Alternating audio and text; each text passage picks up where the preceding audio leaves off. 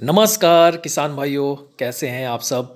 किसान भाइयों, आज मैं फिर हाजिर हूं और आपके लिए लेकर आया हूं एक बेहद ही महत्वपूर्ण जानकारी। किसान भाइयों, वैसे मैंने तरबूज की खेती कैसे करना है एक ऑलरेडी मैंने वीडियो बनाया हुआ है। मैं लिंक जो है डिस्क्रिप्शन में मैं दे दूंगा, आप वहां से देख सकते हैं। और आज हम बात करने वाले हैं किसान भाइयों की तरबूज में जो है पानी हमें कब देना है और कब नहीं देना है। किसान भाइयों, अगर आप मेरे चैनल पर नए आए हैं तो इस चैनल को हमारे सब्सक्राइब कर लीजिए और बेल आइकन की घंटी को भी दबाइएगा, क्योंकि इससे क्या होगा कि आपको मेरे आने वाले वीडियो जो है वो आपको सबसे पहले मिलेंगे और ये बिल्कुल निःशुल्क है। तो आइए किसान भाइयों, शुरू करते हैं। किसान भाइयों, वैसे ज़्यादातर जो किसान होते हैं उन्हें ये पता होता है कि हमें खाद कब डालनी है, हमें कौन सा स्प्रे कब डालना है, वो सारी चीज़ें पता होती हैं। लेकिन पानी जो है वो बहुत इम्पॉर्टेंट भूमिका निभाता है किसान भाइयों। तो उसमें हमें पानी, जो भी फसल है हमारी, उसमें पानी हमें कब देना है, कब नहीं देना है, कितनी मात्रा में देना है, ये बहुत ही ख़ास बात होती है किसान भाइयों। और ये समझना हमें बेहद ही ज़रूरी है। तो किसान भाइयों, आइए शुरू करते हैं। आपका स्वागत है आपके अपने चैनल सलाम किसान चैनल पर। तो आइए शुरू करते हैं। किसान भाइयों, वैसे तो हमारे जो देश में जो जलवायु होती है उसके हिसाब से हम लोग जो है कोई भी फसल तैयार करते हैं। तो उसी तरीके से किसान भाइयों जो है तरबूज की खेती भी जो है अलग अलग समय पर अलग अलग जगहों पर की जाती है। किसान भाइयों, उत्तर भारत के जो मैदानी क्षेत्र होते हैं उसमें तरबूज की बुवाई जो है फरवरी में की जाती है।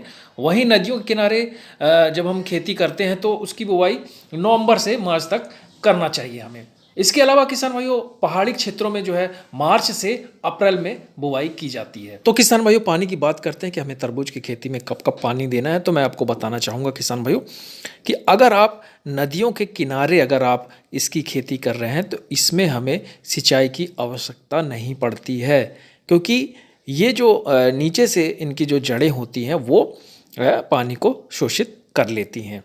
और किसान भाइयों, अगर आप मैदानी क्षेत्र में आप कर रहे हैं और अगर वहाँ पर आपकी ज़मीन जो है रेतीली है तो वहाँ पे हमको 10 से 15 दिन में जो है बीज बोने के बाद हमें सिंचाई करनी चाहिए और बीच बीच में हमें इसी तरीके से इसमें सिंचाई करनी है।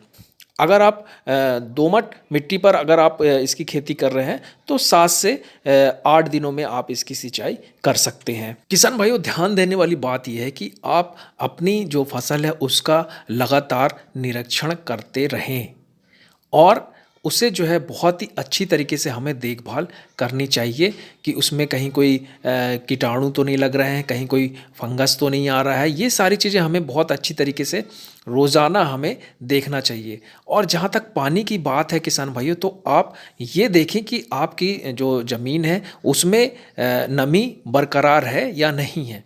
अगर नमी बरकरार है तो आपको पानी देने की आवश्यकता नहीं है।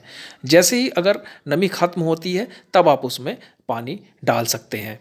एक बात और ध्यान देने वाली बात है किसान भाइयों, जब हमारा तरबूज पकने लगता है उस वक्त हमें पानी जो है मात्रा उसकी कम कर देना चाहिए, क्योंकि उस वक्त अगर हम पानी डालते हैं तो हमारे तरबूज जो है कई बार जो है, जो आपने देखा होगा कि तरबूज फट जाते हैं, तो उसका एक कारण ये भी होता है। तो उस वक्त हमें जो है पानी कंट्रोलिंग में ही डालना चाहिए। तो एक छोटी सी जानकारी किसान भाइयों हमने आपको देने की कोशिश की।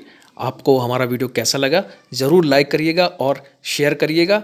और अगर आप हमारे चैनल पर नए हैं तो हमारे चैनल को ज़रूर सब्सक्राइब कर लीजिएगा, क्योंकि हम आपके लिए लेकर आते रहेंगे नई नई जानकारियाँ। तो किसान भाइयों, आप सभी का धन्यवाद।